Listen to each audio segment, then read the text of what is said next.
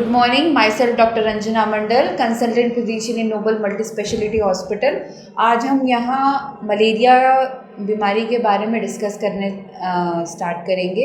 Malaria एक ऐसी बीमारी है जो बहुत कॉमन है अपने इंडिया में, और इस समय जो रेनी मौसम है, रेनी सीज़न है, इसमें जुलाई से लेके अक्टूबर तक ये बहुत कॉमनली पेशेंट्स में पाया जाता है। और आइए हम जानते हैं मलेरिया कैसे होता है, इसके क्या क्या लक्षण हैं, इसको हम जांच में टेस्ट में कैसे पता करते हैं, इसका ट्रीटमेंट क्या है, और फिर उसके बाद इसके हम बचाव कैसे कर सकते हैं। तो आइए जानते हैं मलेरिया कैसे होता है। मलेरिया एक प्रोटोजोअल पैरासाइट है, प्लाज्मोडियम, जिससे ये होता है, और ये स्प्रेड होता है मॉस्किटो बाइट से। फीमेल एनोफ्लीज मॉस्किटो, जो कि मोस्टली नाइट में काटती है, रात में काटते हैं ये मच्छर, फीमेल एनोफ्लीज मॉस्किटो। तो आफ्टर ये मलेरिया के मच्छर के काटने के बाद 7 से 8-10 दिन में हमें सिम्टम्स आना स्टार्ट होते हैं। सिम्टम्स में फीवर आएगा, ठंड लग के बुखार आएगा, और राइगर्स के साथ बुखार आएगा, कभी कभी हेडेक, बॉडी एक, वॉमिटिंग, नोजिया, ये सब बहुत कॉमन है। और इसके अलावा हमें ये पता होना चाहिए कि सीवियर कब हो रहा है हमारा मलेरिया, तो हमें कब डॉक्टर को कंसल्ट करना है, और कैसे हमको टेस्ट से पता चलता है। तो जब पेशेंट को फीवर आता है ठंड लग के, और हर दूसरे दिन या रेगुलर इंटरवल में आ रहा है, तो हमको एक बार डॉक्टर को विज़िट करके टेस्ट करवाना चाहिए। हमारे पास 3-4 तरह के टेस्ट होते हैं, जैसे कि एक पेरिफेरल स्मीयर टेस्ट होता है जो सबसे कॉमनली हम यहाँ करते हैं। उसमें मलेरिया फाल्सीपैरम जो है, और वाइवेक्स मलेरिया, उसमें तुरंत डिटेक्ट पता चल जाता है। दूसरा है मलेरिया एंटीजन टेस्ट, ये रैपिड एंटीजन किट से किया जाता है, जिसमें हम फाल्सीपैरम और वाइवेक्स, ये दोनों उसमें पता चल जाते हैं। प्लस उसके बाद हमें ये पता होना चाहिए कि मलेरिया कब सीवियर हो रहा है।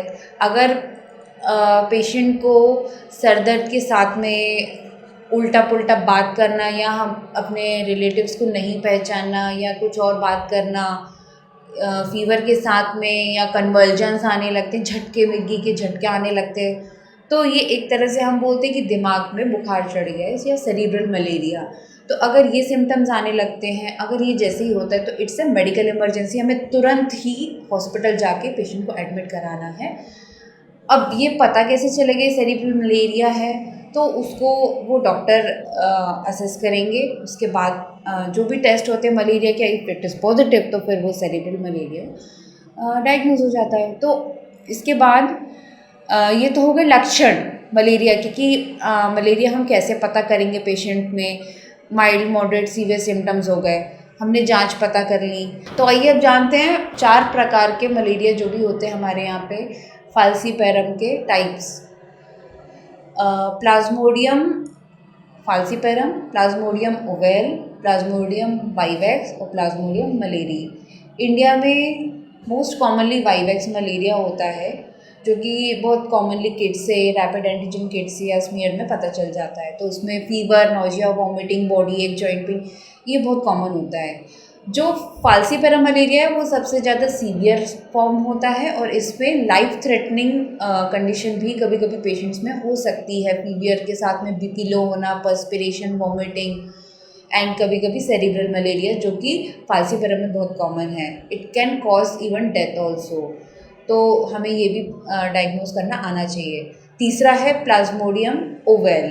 ओवेल मलेरिया जो है ये इंडिया में बहुत रेयरली पाया जाता है, और मलेरी जो है ये भी एक तरह का 4th टाइप है, जिसमें फीवर होता है, वॉमिटिंग, सिम्टम्स तो सेम ही है, बट ये भी बहुत रेयर है इंडिया में। वाइवेक्स और फाल्सीपैरम बहुत कॉमन है, जिसमें से कि फाल्सीपैरम जो है बहुत लाइफ थ्रेटनिंग है, इसको हमें डायग्नोस करना हमें पहले से आना चाहिए।